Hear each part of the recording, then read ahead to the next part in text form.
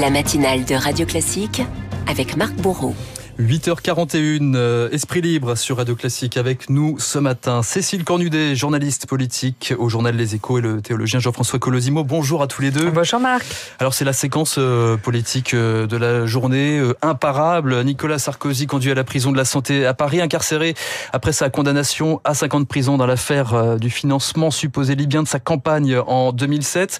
Manifestation de soutien ce matin au pied de son domicile, tribune de soutien de ses fidèles dans la presse, même une conversation avec Nicolas Sarkozy.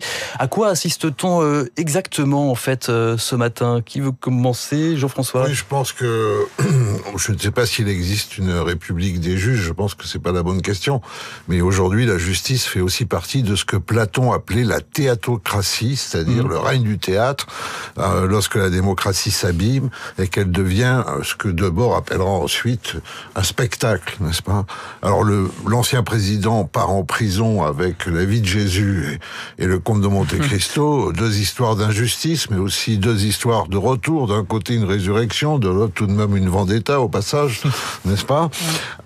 Et qu'est-ce qui se passe? Il se passe que nous constatons que notre problème, c'est pas qu'il y ait encore une fois une prise de pouvoir des juges, c'est que la justice suit la vague du moralisme et du puritanisme ambiant. La justice, elle est là pour dire le droit, elle n'est pas là pour faire la loi, et surtout, elle n'est pas là pour faire la loi à travers, je dirais, des critères métajuridiques. Or, Nicolas Sarkozy part en prison parce qu'il y a eu une exécution provisoire. Évidemment, il y a plus une requalification tardive, n'est-ce pas, de ce dont on a incriminé. On est passé du pacte de corruption ensuite à quoi? À une association de malfaiteurs, faisceau de présomption, pas de preuve, il est néanmoins condamné et la condamnation tombe tout de suite. Or, qu'est-ce qui va se passer? Il a fait appel, il est de nouveau présumé innocent. Son exécution provisoire, sa détention va être examinée sur des critères très simples qui sont: peut-il faire pression sur les témoins? Va-t-il renouer avec ses complices? Va-t-il récidiver? Les réponses sont non. Donc, normalement, il devrait ressortir assez vite. Tout ça, pour ça, l'abaissement de la fonction présidentielle de manière spectaculaire, encore une fois, dans un contexte de montée des dangers à l'international. Est-ce que tout ça est bien sérieux? Est-ce que nous ne donnons pas en spectacle de manière assez ridicule au monde? C'est la véritable question, quoi qu'il en soit, de la culpabilité ou de l'innocence de Nicolas Sarkozy, du citoyen Sarkozy. Cécile Cornudet. Alors, moi, je me sens pas juge et pas capable de juger du fond du dossier. Est-ce que c'est normal ou c'est pas normal qu'il y ait cette condamnation en première instance et qu'il y ait cette exécution provisoire? En revanche, ce qui est intéressant, c'est quand même ce que Nicolas Sarkozy en fait, parce que déjà, il en fait quelque chose. C'est effectivement, il raconte le début d'une histoire, d'une vengeance contre la justice. Il dit: on voulait m'écraser, ils sont en train de me réveiller. Il ne cache rien de la situation qui l'attend. Il aurait pu y entrer en catimini. Non, il montre tout aux journalistes qui le voient. Il montre la liste de ce qu'il a le droit d'emporter, son trousseau, 3 livres par semaine seulement, mais pas de couverture cartonnée. Voilà, 3 photos de famille, mais sans cadre. On lui dit: prenez des boules caisses parce qu'il y a vraiment beaucoup de bruit. Il a appris à cuisiner parce que tout le monde lui dit que la cantine est absolument immangeable. Donc, il ne cache rien. Il y a quelque chose qui va totalement avec son tempérament. Il faut un cran incroyable pour faire ça. Et ça, il arrive. Donc, du point de vue humain, il joue vraiment quelque chose. Du point de vue politique, lui, il essaye de susciter... Il suscite une compassion humaine. C'est pour ça que Emmanuel et Macron sont obligés de le voir. C'est pour ça qu'il y a quand même du monde et que ça trouble quelque part. Mais politiquement, est-ce qu'il peut embarquer dans son combat contre la justice? Pour l'instant, je trouve que les responsables LR, par exemple, autant il lui donne plein de petits mots de soutien humain, autant ils ne prennent pas position politiquement. Justement parce que nos institutions sont fragilisées, ouvrir un front brutal de contestation de la justice, c'est plus compliqué. Donc voilà, c'est intéressant ce moment pour ça, je trouve. Oui, c'est un moment curieux, Très curieux, politiquement. Marine Le Pen aussi lui a adressé un soutien. Elle est un peu dans la même configuration. Oui. C'est aussi pour ça qu'elle lui manifeste son soutien. En tout cas, il fait savoir qu'elle a manifesté son soutien. Il fait savoir qu'il lui a téléphoné. Donc, c'est en train d'éclater toutes les grilles de lecture politique. Il se passe quelque chose, mais jusqu'à présent, dans les sondages, ce qu'on voyait quand même, c'est une déconnexion entre l'émotion créée dans les médias, dans la politique par ce qui se passe, et le fait que les Français, eux, pour l'instant, ils trouvent normal que la justice soit sévère, et il n'y a pas d'élan dans le pays pour l'instant. Jean-François Colosimo. Oui, moi je pense quand même que se pose la question de la responsabilité des juges qui ne peuvent pas simplement, cette responsabilité, elle ne peut pas simplement être laissée à un conseil corporatiste, n'est-ce pas ? Quel est aujourd'hui le lien de la justice, qui n'est pas un pouvoir, qui est une autorité, avec la souveraineté populaire ? Donc de ce point de vue-là, je pense qu'il y a des questions qui se posent. Par-delà même le procès Sarkozy, ou le énième procès Sarkozy, il y a de véritables questions qui se posent. Cette justice, elle ne peut pas être suspendue en quelque sorte dans la stratosphère et telle, je dirais, une instance divine, proclamer ses décrets sans avoir quelque part à rendre compte finalement à qui ? Au peuple souverain. L'autre actualité du jour, c'est l'examen du budget qui a démarré en commission des finances à l'Assemblée nationale. 1500 amendements à étudier d'ici jeudi soir. Autant dire que c'est une grande course contre la montre qui a démarré. Accrochez vos ceintures, le train fantôme s'élance. Vous écriviez d'ailleurs, Cécile, hier dans Les Échos. Et une course contre la montre assez étonnante par sa modération. C'est ce que notent les journaux ce matin. La première journée a été un peu décalée par rapport effectivement aux troubles qu'il y a, ce qu'on prévoit, l'épée de Damoclès qui continue de peser sur Sébastien Lecornu. C'était une première journée à peu près raisonnable. Toutes les hausses de fiscalité ont été repoussées finalement parce que le Rassemblement national, je pense qu'en ce moment, il est en train de donner des signaux très forts au patronat. Le Rassemblement national s'est joint au bloc central, à la Macronie, pour les refuser toutes. Donc pour l'instant, ça se passe plutôt bien. Le Parti socialiste commence à donner de la voix sur le côté social.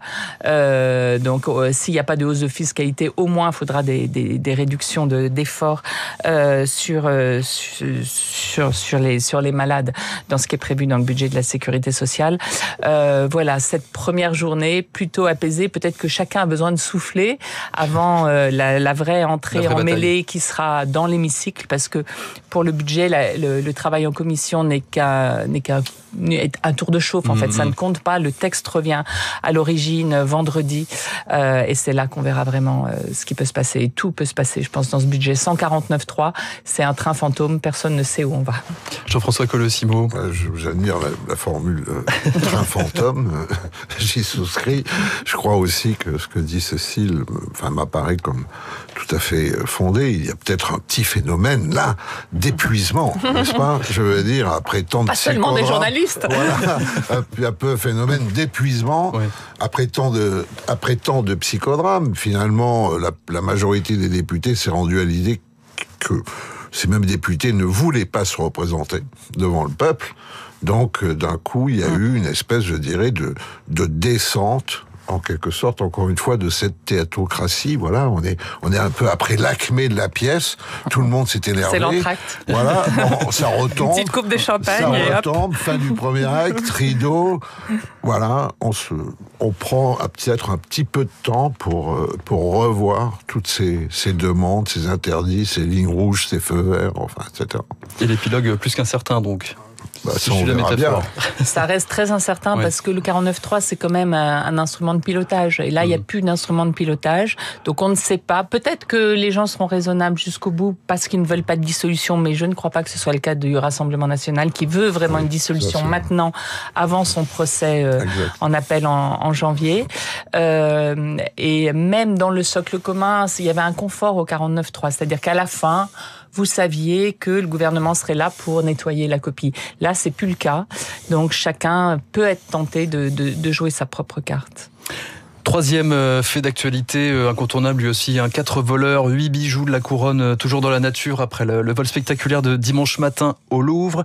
Avant de revenir sur l'enquête, le jeu des responsabilités s'établit au fur et à mesure. L'émotion, d'abord, elle est encore vive, Jean-François Colosimo. Oui, alors moi je suis moyennement ému par cette émotion, je vais essayer d'expliquer pourquoi. Oui. Alors d'abord, c'est évident que d'un coup cette affaire du Louvre joue comme une métaphore de la France, n'est-ce pas? Voilà, une institution négligente, impotente, un lieu ouvert à tous les vents, exposé à tous les risques. Bon, on a l'impression véritablement qu'on parle du pays, n'est-ce pas? Et surtout un peu d'une forme de déshérence du pays, déliquescence de la classe politique. De l'autre côté, il y a ce phénomène d'un coup mémoriel, un peu cet attachement fétichiste. On découvre les bijoux de la couronne, n'est-ce pas? C'était des bijoux de famille. D'un coup, la couronne redevient la famille, mais très précisément, dire normalement, et ça montre là aussi une espèce de baisse sidérale de la capacité spirituelle, en quelque sorte, ou intellectuelle. Le véritable trésor, c'est de connaître son histoire. Ce n'est pas cet attachement un peu fétichiste à des dépouilles, même si ces dépouilles, évidemment, sont très précieuses en tant que testimoniaux. Mais de quel passé parle-t-on? Alors, le troisième point, c'est que il y a ce phénomène français qui est irrésistible, n'est-ce pas? Nous ne sommes jamais guéris d'avoir décapité Louis XVI. Donc, tout